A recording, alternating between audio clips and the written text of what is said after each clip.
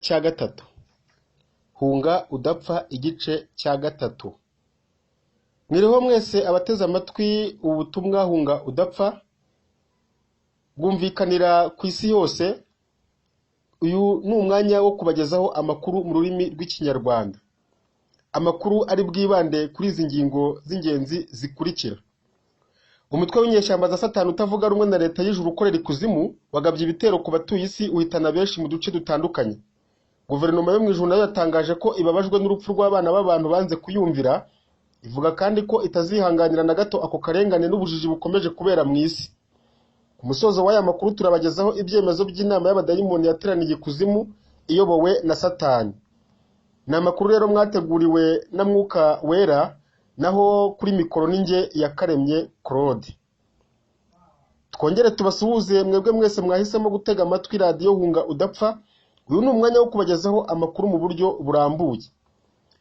Umutwe w'inyeshyamba za Satani utavuga rumwe na leta y'ijuru ukorera ikuzimu wagabye ibitero ku batuye isi uhitana benshi mu batuye isi, abandi barakomereka ndetse banashimuta abandi benshi cyane bataramenyekana umubare. Ibyo bitero byabereye hehe? Ibi bitero byagabwe n'uyu mutwe ahantu hatandukanye. Ahambere ni mu ntara yitwa Busambanyi.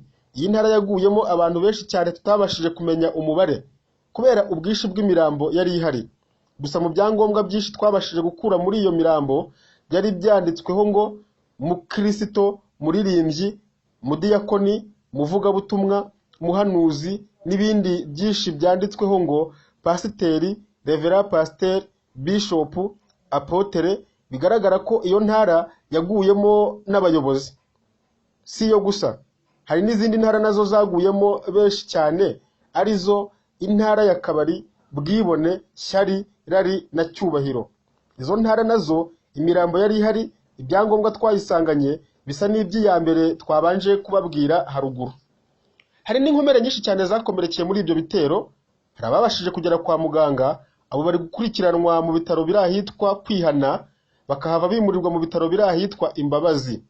Hari n'izindi nkomere zitamenyekanye kuko zahishe ibikomere byazo. Amakuru atugeraho nuko abo barwariye mu bitaro biri ahitwa Kwiyoberanya bivura magendo. Abo ngabo baraburirwa ngo bagana ibitaro biri ahitwa Kwihana, bitaba ibyo bakazajyanwa ku ngufu mu bitaro by'ahitwa Rimbukiro. Hari n'abandi benshi bashimuswe, ibyangombwa byabo ntitwabashije kubibona, ariko bari bashyizweho icyapa cyanditsweho ngo abapagani. Bakaba bafungiye ahitwa Bupfumu, Bwicanyi, Barozi n'ahandi henshi hatandukanye. Ikibabaje nuko abakababohoje abenshi bari muri ziriya nkomere zanze kwivuriza mu bitaro bizwi, zikaba zirwariye mu bitaro byo kwa Kwiyoberanya bya magendo. Mu gusoza iyi nkuru, reka nihanganishe iriya miryango yabuze ababo, ariyo Bakristo, Baririmbyi, Badiyakoni, Bavugabutumwa, Bahanuzi namwe bayobozi mutandukanye. Mwebwe mwese mwarokotse, mukomeze mwihangane kandi mube maso, kuko ngo uyu mutwe uracyakomeje kugaba ibitero bitandukanye. Ndetse n'imiryango irwarije ababo mu bitaro bitandukanye nayo ikomeze yihangane.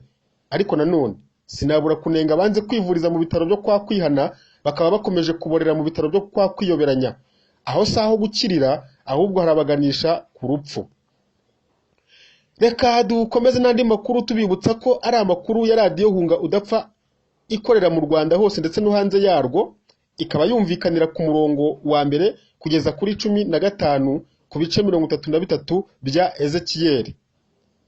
Mu yandi magambo ni Ezekiyeli ibice 33 umurongo wa mbere kugeza kuri 15. Wadukurikirana no ku rubuga nkoranyambaga rwa Bibiliya _2 Abatesalonike _2 _1 soma ijambo. Mu magambo ahinnye mu rwandiko rwa kabiri Pawulo yandikiye Abatesalonike ibice byaho 2 umurongo wa mbere kugeza kuri 12. Reka dukomeze amakuru yacu tubamenyesha ko guverinoma yo mu ijuru yatangaje ko itazakomeza kwihanganira ubwo bugome bwa Satani n'ubujiji no kutumvira kw'abana b'abantu.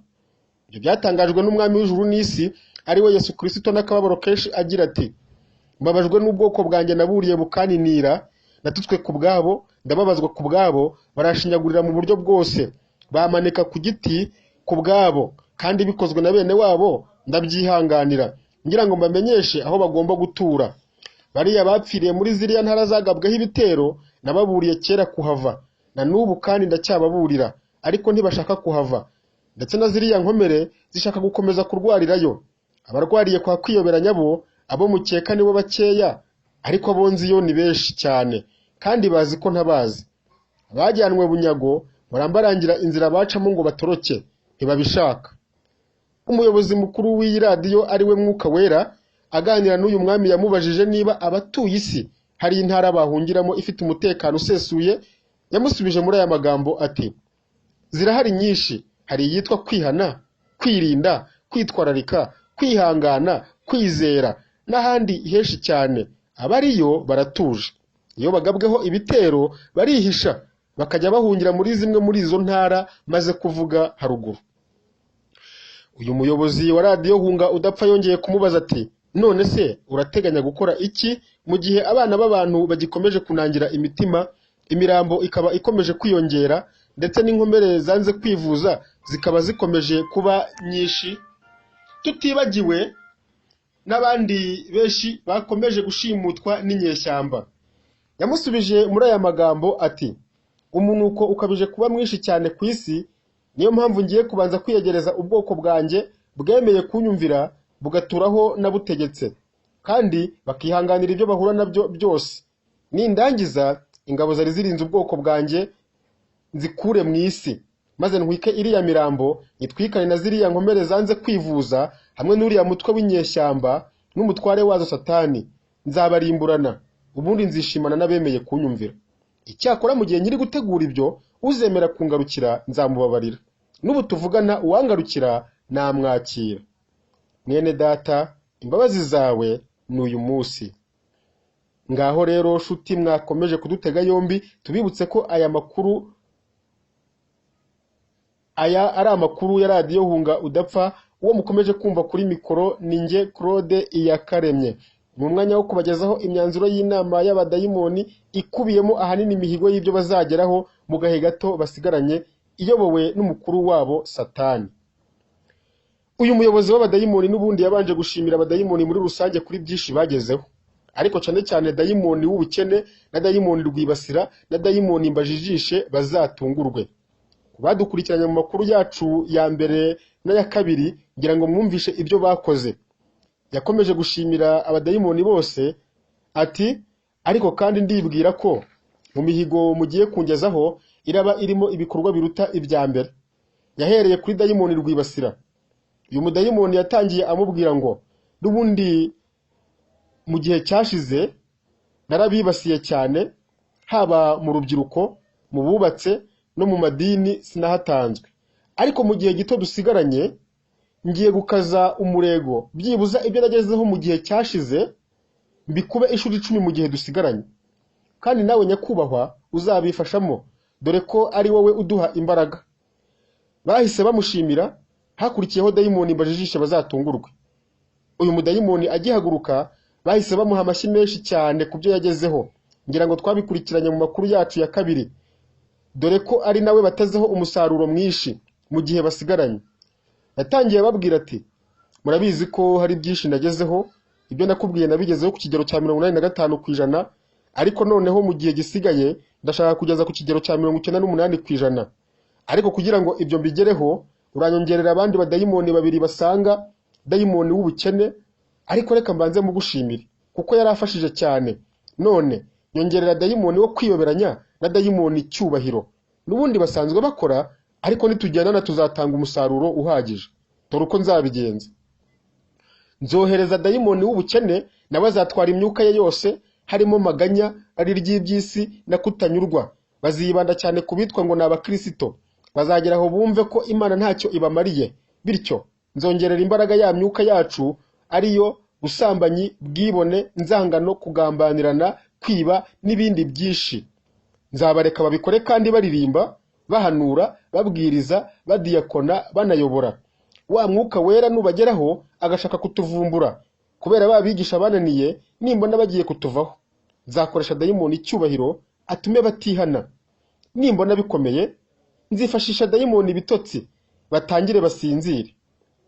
Hari n'amadini amwe namwe ayobowe n'abo twarangije gufatisha, aya yo biranyorohera kubajijisha nkazabatungura, kuko bo ndabareka bagaterana, bakibyinira gusa, bagasirimba cyane, bagacyura umudiho n'urusaku rw'ibyuma, induru nyinshi n'ibikobwakobwa nk'aho baragiye inka. Umwanya wose bakawumarira muri ibyo. Bene abo n'ubundi kuko baba batumiye abigisha bishakira ndamu, nabo bahaguruka buzuzanya na za nduru nyinshi, bakababeshya ibitangaza by'ibinyoma, bakabasomera ijambo ribanezeza, bagasoza babakuyeho n'utwo bacungiragaho, bagatahana amasezerano y'amahuri ngo bafashijwe cyane, ngo umwuka yabagendereye, ntibamenye ko ari njye wabasuye nkabajijisha, bagatahana ibyaha byabo n'ibitangaza by'ibinyoma, bakabitegereza babibura, bakivovotera Imana yabo ngo irabeshya, bagakora ibyo bishakiye. Hari n'abajya ku maradiyo kwigisha, ndabareka bakagenda kuko aba atari byo bibajyanye, ahubwo bagenda bishakira abayoboke kuko bababwira ibinezeza abantu gusa, dore ko bikundira ibitangaza n'ubuhanuzi.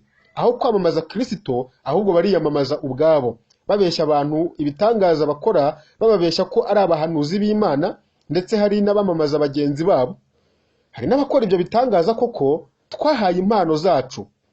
Abo rero baduhamagarira ba bandi banze kunyurwa n'ijambo ry'Imana yabo, ndetse na ba bandi bafashwe na wa mwuka w'ubunebwe, banze gukora, bahera ku itariki ya mbere y'ukwezi bakakurangiza, bazenguruka mu byumba byose bitandukanye ngo barashaka kumva icyo Imana ibavugaho, habe no kwihana. Ibyo rero amasengesho yabo ntacyo adutwara, kuko ntacyo abamarira, ahubwo mbahindura nk'ibirara kuko badahugurika. Abo rero ndabajijisha, ba bakozi bacu bakabakoresha ibyo bishakiye. Satani yahise amubwira ngo abadayimoni wasabaga genda ubatware, ahubwo n'abandi bose ushaka uzabakoresha. Hakurikiyeho imihigo ya dayimoni gatanya.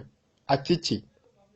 Yatangiye avuga ibyo yagezeho mu gihe cyashize, ati amazina yacu nyakubahwa ajyana n'ibikorwa byacu. Ati natanije abakristo bateza umwiryane, natanije ingo z'abashakanye ndabatandukanya, harimo n'iz'abakristo benshi. Natanije abana n'ababyeyi babo, ntuma ababyeyi banga abana babo, n'abana banga ababyeyi babo. Natanije amakorari menshi, bateza kutumvikana, kandi ari ku mudugudu umwe, bakorera Imana imwe, bateza guhangana no gupingana. Aho guhangana nawe databuja, ahubwo bahangana ubwabo. Hari n'abandi benshi cyane, natanije n'abanyamadini n'abapasiteri. Ibyo nagezeho byose ndashaka kubikuba ishuri 10 mu gihe gito dusigaranye, ariko cyane cyane ku bashakanye no ku makorari. Sinzatuma bumvikana, sinzatuma bahuza, sinzatuma bakundana. Nzabatanya bajye bahora bahanganye, aho guhura baganira ku murimo w'Imana, bahure baterana amagambo. Nzi neza ko nzabigeraho, kuko imbaraga zatumaga ntabashobora ntazo bakigira, kuko batakibasha kwiyiriza ubusa.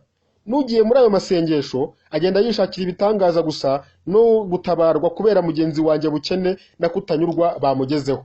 Ibyo gusengera ubugingo byo bikora bakeya, bakahava bahuye na mugenzi wanjye bajijishe bazatungurwe. Muri make nuko nzabigenza, uzabifashemo.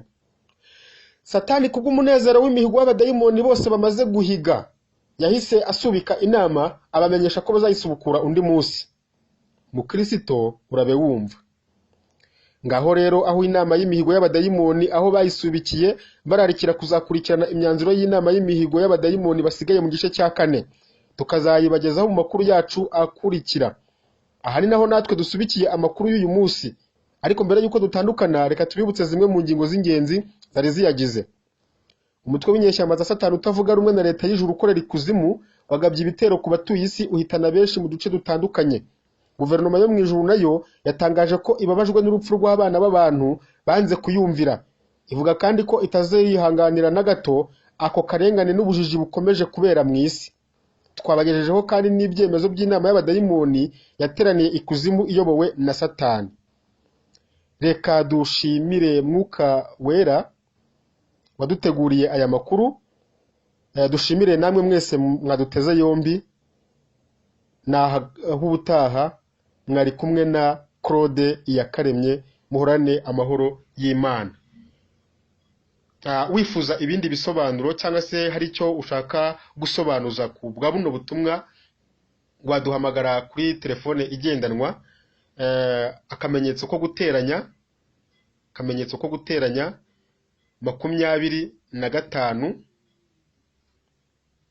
078 3 0 6 64 84. Akamenyetso ko guteranya 25 0 7 8 3 0 6 6 nanone 4 8 4. Iyo nomero ikaba iri no kuri WhatsApp. Imana ibaho umugisha, kandi ubu butumwa hari aho bukubatse wakohereza mugenzi wawe kugira ngo nawe abashe kumenya ukuri. Imana ibaho umugisha.